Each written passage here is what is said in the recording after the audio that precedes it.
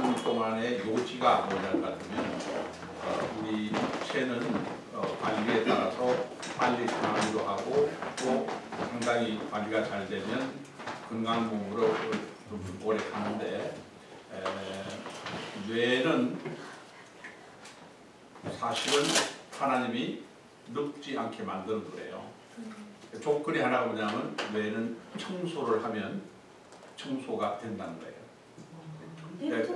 뇌 청소를 어떻게 하느냐?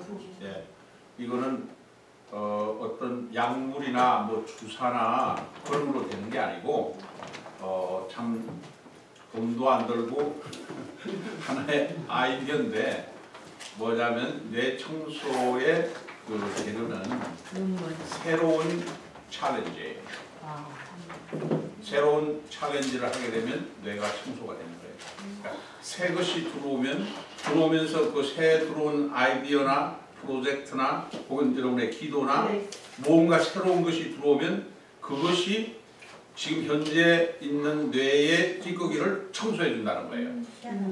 그래서 최소한도 늦어도 3년에 한 번씩은 새로운 아이디어, 새로운 프로젝트, 새로운 결단 그런 것을 하게 되면 뇌는 자기 육체가 쇠할 때까지 치매나 알츠하이머 없이 지날 수 있다 하는 것을 제가 6시간 동안 강의에 지금 말하자면 엑기스로 내가 뽑아온 거예요. 이걸 내가 공짜로 여러분에게 지금 드린 거예요. 감사합니다. 근데 그걸 말로만 해서는 안 되고 나도 실천해야 되겠다. 그래서 시작한 게 제가 서툴지만은 클래스를 하면서 제가 이렇게 좀 프레젠팅을 할 수 있는 그 연습을 하고 오늘 여러분 강의할 때 조금 도움이 될게 없는 거다, 그죠? 예, 실감이 좀 나죠, 그죠? 예, 그런 게 있고 그 다음에 또 하나는 제가 지난 어버이날에 우리 딸 둘이 뭘 원하느냐고 해서 제가 금년에는 새로운 거로서 캠코더를 원한다고 그랬어요.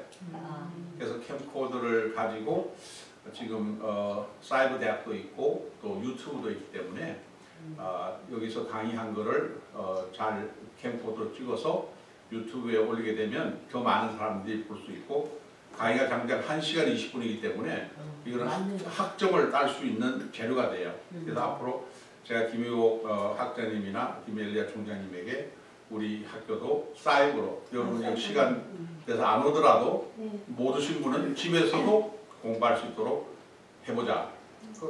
이렇게 내가 제안을 하면서 내가 아무것도 안 하고 있으면 그건 안 되니까 일단 내가 먼저 시작하겠다. 그래서 그 시작하는 일을 우리 동상되는 김용환 집사가 제가 좀 돕겠습니다. 시간 있는 대로. 그래서 벌써 지난번에 강의한 거하고 오리지널 강의한 거죠. 그 목사님들 앞에서 강의한 거예요. 네.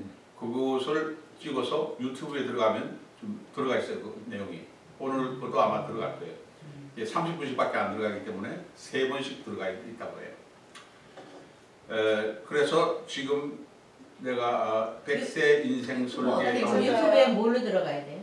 그거는 저는 몰라요. 그런데 김영호 그거 김영호 목사님으로 찾아야 돼요. 제가 그 제목만 그 강의 내용 제목만 치면 여러분 볼 수 있어요. 강의 내용 역사를 뭐라고 역사? 역사는 무엇인가 보지. 초기 기독교 초대교회사? 일단 초대교회사 들어갈 수 있는 길을 제가 했는데 제가 말씀드리는 것은 나만 아니고 여러분도 우리가 육체가 있고 하나님이 허락하는 삶을 살면서 치매나 알츠하이머가 걸리면 그건 굉장히 불행한 일이거든요. 그것을 예방할 수 있는 것은 지금 여러분이 신학교에 온 것도 새로운 도전이에요. 그건 굉장히 치매 예방에 아주 정확하게 지금 여러분이 쓰고 있는 거예요. 알츠하이머 여기 누구야? 무하마드 알리는 뭐 금메달까지 땄지만 알츠하이머가 왔어요. 그게 뭐냐면 육체는 괜찮은데 뭐가 된 거예요?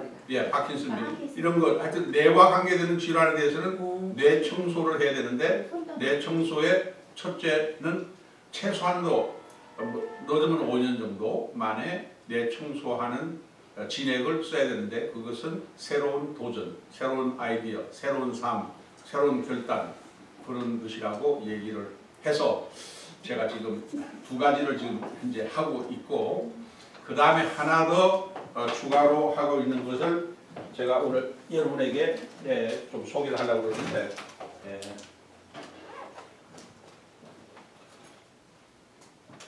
이거를 돌리시면 제 새로운 명함이 나왔습니다. 목사님 저번에 그 향기 그 주신 거 있잖아요. 예? 그거는 저번에 주신 거예요. 몰라요? 책 있잖아요. 그거는 계속 나오나요? 어느 거? 그 저번에 주셨던 거. 목사님 모자가 있나요? 그래? 솔드아웃이에요? 있습니다. 저 모자는. 근데 이걸 나온 날짜가 지금 따끈따끈해요. 이게 9월 26일 날 나온 거예요. 이게. 목사님 너무 멋있게 나왔어요. 네, 딱지가 목사님이 쓰신 게 나온 거예요. 그래요? 어디에? 근데 그거 어떻게 하시는 거예요? 나는 수도 없는데 구글에 나와요. 그래. 목사님 파퓰러 하게 되면 저는 올라가요? 천사들이 많은 것 같더라고 보면. 파퓰러하면 올라가. 예. 그때 거기서 공부한 건 내가 치니까 거기 나오시고 내가 그거 매일 보여줘요. 오. 근데 최근에 그러니까 26일 날 27일 날 한 게 하고 있었는데 그것도 하나의 새로운 도전이죠. 왜냐하면 그러니까 예를 들면 이것도 명함도 디자인이나 색깔이나 이걸 제가 골란 거예요. 글씨체까지. 예. 근데 이런 거 하게 되면 약점이 뭐냐면 이게 머리숱이 좀 적어져요. 예. 예, 그게 좀 약점이에요. 그런데 저는 하나님이 나를 계속 축복하시고 머리에 손을 얹고 계시기 때문에 머리숱 좀 적어져도 이런 아이디어가 나오는 게 좋다 이렇게 생각을 하고 있으니까 이야기를 하고 사실은 1982년도에 제가 한인의 사무총장으로 있으면서 한인회관을 구입할 수 있는 길을 이 카치 시장하고 연결을 해서 49가 세븐스 애버뉴하고 브로드웨이 사이에 에드워드 케네디 시어터라는 극장이 에드워드 케네디가 저기까지 있잖아요. 그 이후에 더 이상 비즈니스가 안 돼서 문을 닫게 됐는데 그거를 자기들이 시에서 추천하니까 한번 가봐라. 그래서 이제 박지원 지금 현재 무슨 국민당 당은 원내 대표로 있는 그분이 회장할 텐데 그분하고 같이 전지를 들고 갔어요. 나는 보니까 너무너무 좋아요. 극장이 있고 3층이고 양쪽에 방들이 있고 세미나도 할 수 있고 뭐 강연도 할 수 있고 무슨 문화 행사도 할 수 있고 참 좋은데 5만 불에 이제 먼저 이렇게 시작을 할 수 있다 이래요. 그러면 시에서 좀 도와가지고 우리가 모은 12만 불을 근거로 해서 그 부근에서 조금 더 많게든지 해가지고 해줄 수 있다라고까지 암시를 했는데 그때가 1월 달이고 박지원 씨는 4월 달에 그만두는 거예요. 그러니까 자기 임기 때 끝내기가 좀 힘들 것 같아. 그러면서 뒤로 한 발 물러섰어요. 저는 굉장히 실망을 했고 2년 동안 열심히 하면서 뭔가 하나 결실을 내려고 하는 나한테 상당히 어려운 과정인데 그때 좌절된 마음과 제초로 이제 똑바로보다는 전지로 이제 이렇게 불이 꺼져 있으니까 전기가 없으니까 전지를 비치는데 제가 밟을 뻔했어요. 그 사진은 렘브란트가 그린 예수님의 추상화가 있어요. 어떻게 그 에드워드 시어터 문 닫고 아무것도 없는 지금 거의 쓰레기 같은 거기에 복도에 렘브란트의 추상화가 내가 있는가 하고 얼른 그것을 발장 건졌어요. 근데 그걸 건져서 저도 이제 얼마 있으면 이제 2년 계약한 임기가 끝나기 때문에 있는데 그 임기가 뭘까? 그러면서 이제 사무실로 왔더니 지금은 돌아가셨지만은 뉴저지에 있는 엘리자베스 교회에 제가 교육 목사로 한번 있은 적이 있어요. 그 교회 선배 목사님이 나 없이 그때는 한인의 사무실이 어디냐면 지금 460 파크에군요. 지금 여러분 그 패스포트 여권 끊는 데 있죠. 네네. 그 건물에 작은 방이었어요. 그 무역협회에서 특혜를 줘서 우리가 그 방을 쓰고 있었어요. 그런데 그 방을 보면 책상 하나하고 그저 의자 한 2개 정도밖에 없는 방인데 주소가 이게 굉장히 파워풀한 거예요. 그래서 여러분이 어디에 사느냐 하는 것은 굉장히 중요한 것 같아요. 460 파크 에버뉴. 그게 크레딧이에요. 예, 그래서 상당한 베네핏을 받았는데 anyway 그때 그 목사님이 김 목사 이거는 내 선배로서 명령이니까 절대 노하지 말고 매달 며칠 날 우리 청소년 여름 수양회 강사로 반드시 와야 돼. 더 이상 나한테 전화도 하지 마. 그리고 메모를 남겼는데 보통 내 같으면 내가 전화해요. 근데 나는 뭐예요? 질문이 생겼어요. 왜 한인회 마지막 결실로 건물을 구입하려는데 회장은 안 한다고 그러고 거기에서 렘브란트 추상화가 발견됐을까? 이게 무슨 메시지입니까? 그러면 내가 평소 때 일을 계속 하면서는 대답이 없을 것 같아요. 못 들을 것 같아요. 그래서 여름 캠프는 어디로 가죠? 캠프장으로 가야 될 거 아니에요. 그러니까 내가 하는 일을 일단 중단하고 캠프장으로 가는 거죠. 2박 3일인데 첫날 둘째 날 강의를 하고 뭐 이렇게 설교를 하면서 계속 하나님 제발 그 뜻을 알게 해주시옵소서. 그래도 마지막 이틀째 이제 보담 날은 가는데 캠파이어를 하는 거예요. 캠파이어 하면서 캠프송을 부르는데 그 중에서 제일 우리가 잘 아는 노래 있잖아요. 굼바야 말로 굼바야 그 노래 굼바야 말로 굼바야 그러는데 그 굼바야 속에서 의미가 캐치가 됐어요. 굼바야 뜻은 뭐죠? 내게 더 가까이.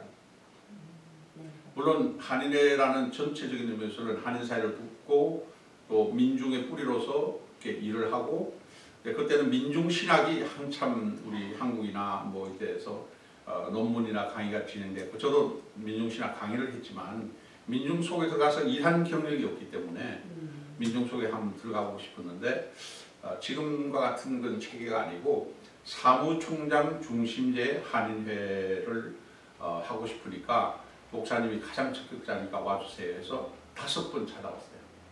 제가량은 몇 번 찾아와서 오케이 했죠. 제가량 삼국지에 보면 네. 제가량이 유명한 현인이라니까 찾아간 게 3곳 3번 찾아가서 오케이 했어요.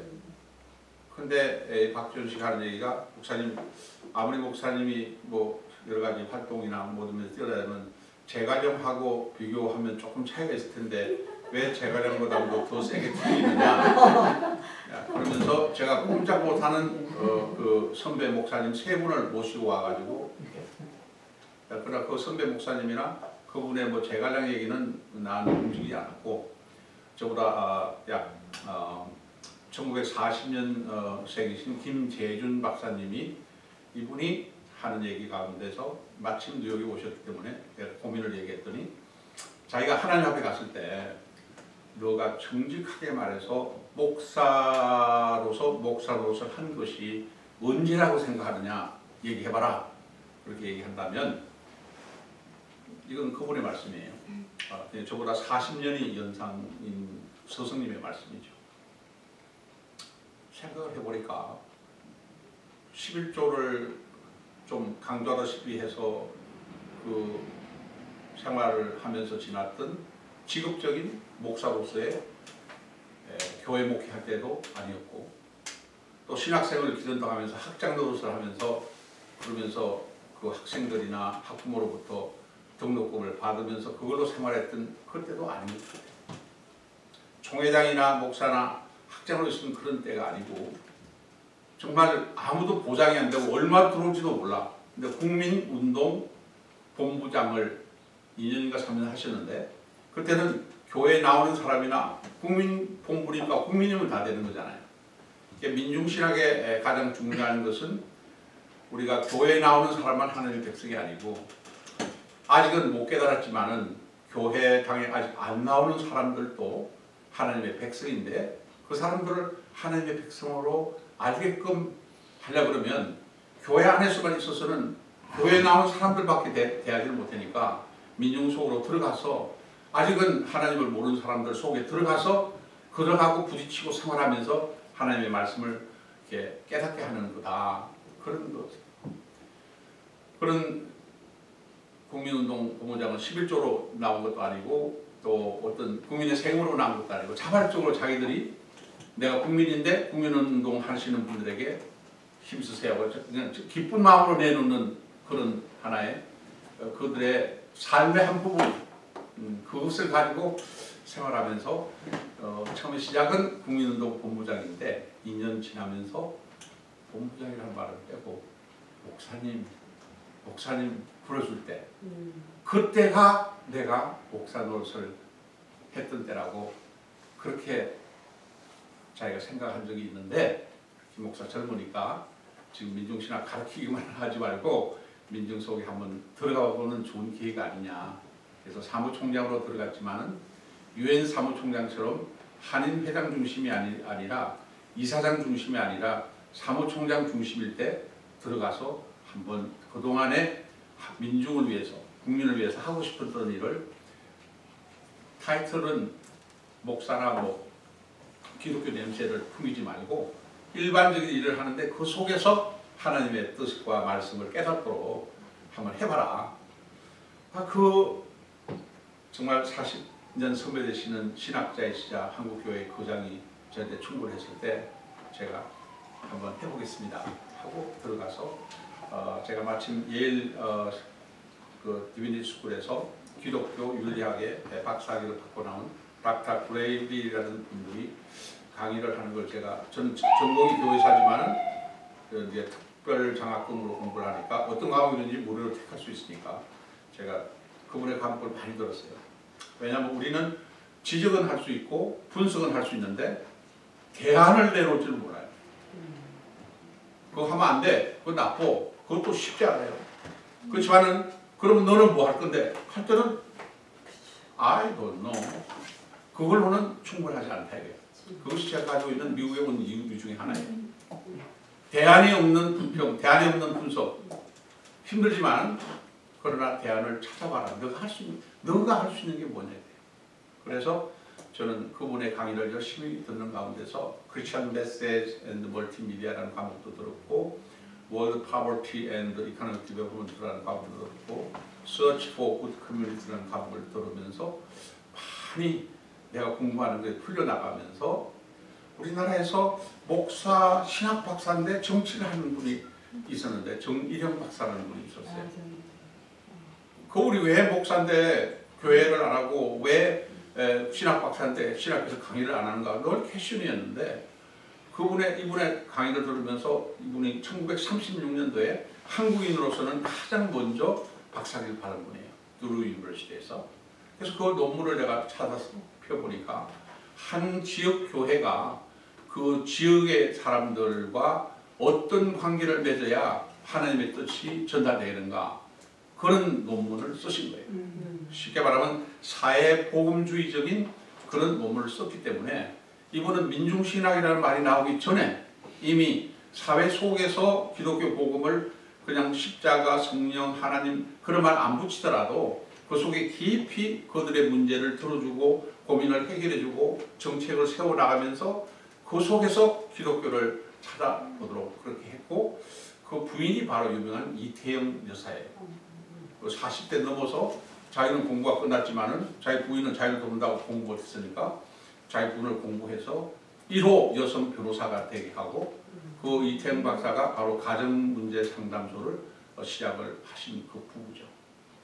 하여튼 그런 면에서 저는 상당히 그분이 가지고 있는 철학과 정신과 신학이나 목회의 어떤 방향에 대해서 감동을 받고 있었는데 그걸 쓸 수 있는 기회가 제가 와서 그런 일을 했는데 문제는 렘브란트의 그림을 보면서 내게 더 가까이가 뭘까 하는 생각을 해보니까 그래도 그것은 조금 직접적이기보다 너무 간접적이니까 제가 보니까 교회와 사회 사이가 너무 멀어요. 그래서 교회와 사회 사이를 좀 연결하는 그런 다리 역할을 하면 어떨까? 그래서 여기 교회가 있고 여기 사회가 있으면 여기에 다리 놓는 역할을 하는 뭐가 없을까? 그렇게 해서 시작한 것이 뭐냐면 여기에 크리스찬 아카데미. 이거는 본래 아카데모스라는 말에서 시작한 거예요. 아카데모스라는 것은 숲의 이름이에요. 보통 숲이 아니라 아카데모스는 대화의 숲이에요. 네. 그러니까 소크라테스나 그 제자들이 어려운 문제나 그러면 교실이지 않고 그 숲을 그리면서 대화를 하는 가운데 풀을 나가는 거예요. 그래서 실제 1940년대 말에 가장 큰 사건이 뭐냐면 유태인 학살 사건이에요. 600만 유태인이 학살됐는데 그때의 독일의 기독교인의 수가 전 국민의 92%였어요. 92%의 기독교인이 히틀러라는 한 사람 밑에 하수인이 돼가지고 전혀 기독교와 관계없는 반대적인 행동을 하고 말았어요. 그죠? 여기에서 이제 전쟁이 끝나고 보니까 모든 화살이 어디로 가는 거예요? 독일 교회와 독일 국민에게 쏟아지는데 서로 간에 다 원망하고 비판하고 굉장히 문제가 많았어요. 그때 마지막에 감옥에 있었던 기독교 성직자들과 신학자들이 종교에 일어난 루트가 있는 독일, 기독교인의 수가 가장 많은 독일이 어떻게 이렇게 비기독교적으로 됐느냐, 그런 것을 반성하면서 우리가 가만히 있을 게 아니라 서로 간에 대화가 필요하다. 그래서 유태인과 독일 간의 대화가 필요하고 또 정치인과 국민들 간의 대화가 필요하고 또 그 히틀러 하에서 하수인 노릇을 했던 사람과 소수지만은 신앙을 지켰던 사람 사이에 대화가 필요하고 또 고용주와 고용인 사이에 대화가 필요하고 또 젊은이와 또 나이 든 사람 간의 대화가 필요하다. 그래서 시작한 것이 아카데미 운동이에요. 이 아카데미 운동 속에서 결국 독일은 빨리 재건을 했고 그 갈등이 많은 속에서 벗어나면서 우리나라는 1965년도에 강원용 박사라는 분이 독일에 가서 독일 교회와 연관을 지어서 기금을 가지고 와서 수리에 아카데미 하우스라는 걸 지었죠. 수리 아카데미 하우스 들어봤죠? 대화의 광장이죠. 근데 그 첫 크리스찬 아카데미가 건물이 지어지고 한 것이 동북아시아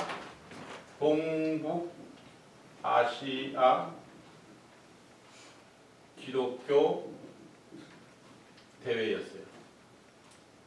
이게 1966년 11월 27일에서 12월 3일까지 열렸어요. 여기에 주로 일을 담당한 사람이 민경배 교수고, 민경배 교수는 저를 신약학에서 교회사를 하게끔 하신 그분인데 그 다음부터는 저를 가까이 하시면서 와서 간사로 일을 하라고. 그래서 이 동북아시아 기독교 대회 여러 신학자들, 학장들, 목사들이 와 있는 그 대회에 제가 간사로 일하면서 크리스찬 아카데미를 처음 접하게 됐습니다. 그러면서 제가 감동을 많이 받았어요. 그리고 끝난 다음에 이 하나의 기독교 대회로 끝나지 않고 기독교 협의회가 만들어졌어요. 이것이 협의회가 만들어지면서 협의회는 총무, 회장이 있고 총무가 있고 간사가 있는데 저를 또 간사로 해서 제가 2년간 간사 역할을 했습니다. 그러면서 크리스천 아카데미가 뭘 하는가를 좀 이렇게 터득하고 배운 다음에 제가 대학원을 졸업하고 부산에 있는 경성대학교의 신학대학의 교수로 제가 초교파적인 학교고 이 교회 일치운동은 지역화되어야 된다 해서 부산에 내려가서 있을 동안에 처음으로 부산 크리스천 아카데미를 시작했어요. 부산 크리스천 아카데미를 시작해서 예, 이게 1968년도에서 1970년도예요. 그러니까 상당히 새로운 그 캠페인을 운동을 하면서 있었고 그 다음에 제가 1975년도에 미국을 왔고 그 다음에 1980 지금 아까 얘기한 대로 캠프에 가면서 깨달은 것이 바로 중간 역할을 하는 대화가 필요하다. 그래서 1982년도 11월 22일에 예, 뉴욕 크리스천 아카데미가 세워졌습니다.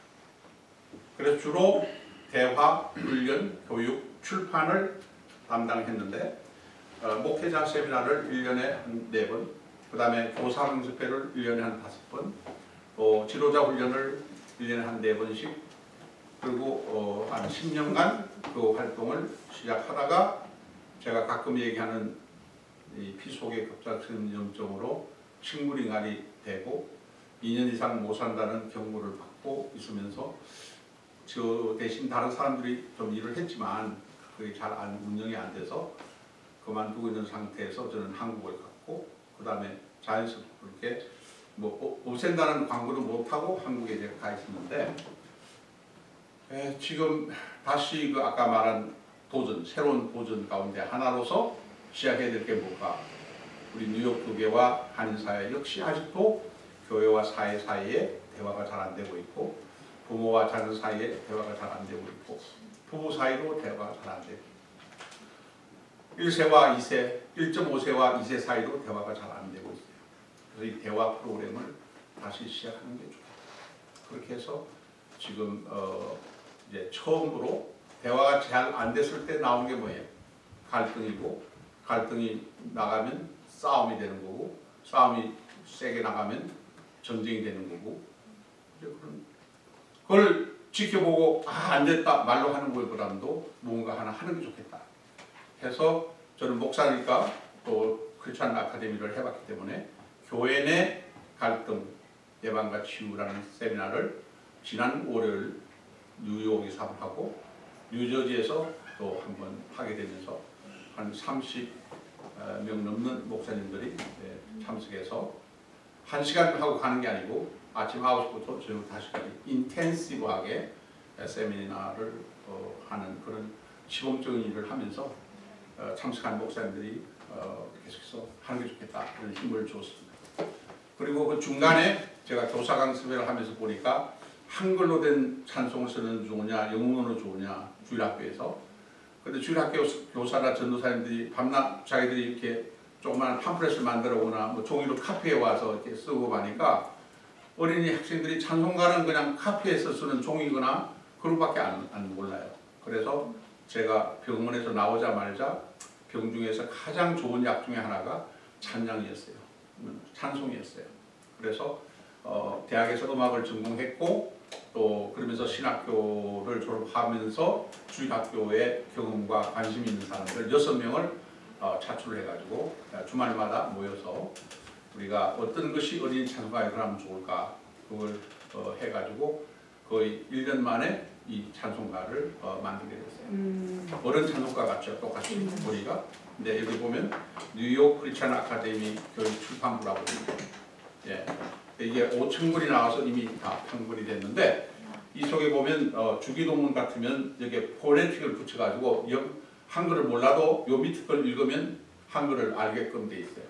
예, 그런 게 있고 여기에 예배용으로는 250곡 이렇게 우리 예수님의 생애에 따라서 돼 있고 복음성가가 이 속에 들어가 있어요. 그것도 한 200곡 들어가 있어요. 그럼 지금도 살 수 있어요? 근데 이건 지금은 조금 권수는 많지 않은데 일단 구할 수는 있어요. 한 50권 정도 있어요.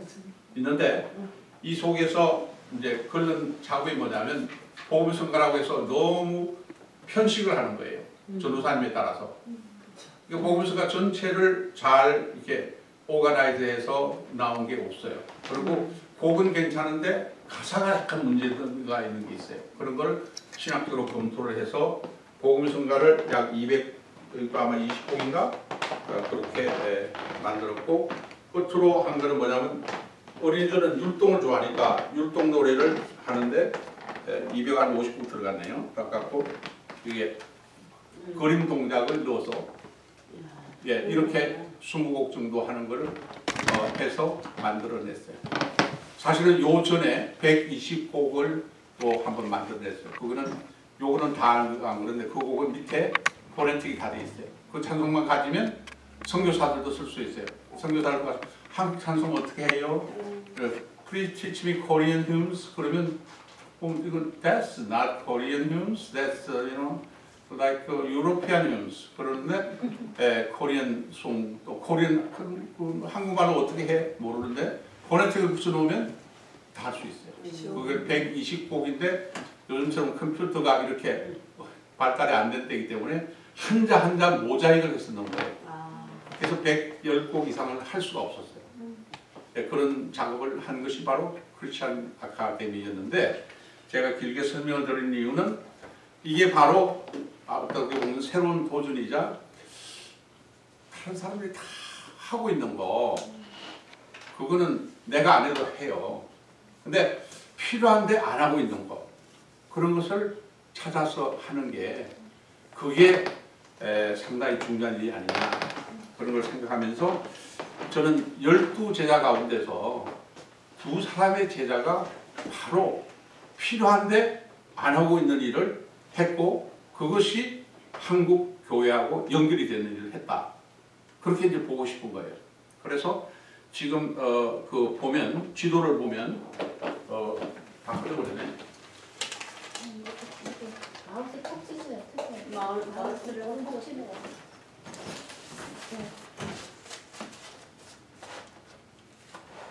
한번 땀.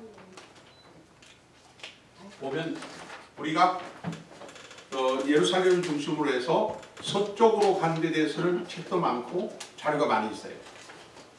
그런데 사도행전에 펴보면 사도행전 1장 8절에 뭐라고 그랬어요? 너희가 권능을 받으면 뭐라고 그랬어요? 예루살렘과 온 유대와 유다와 사마리아와 땅끝까지. 땅끝까지.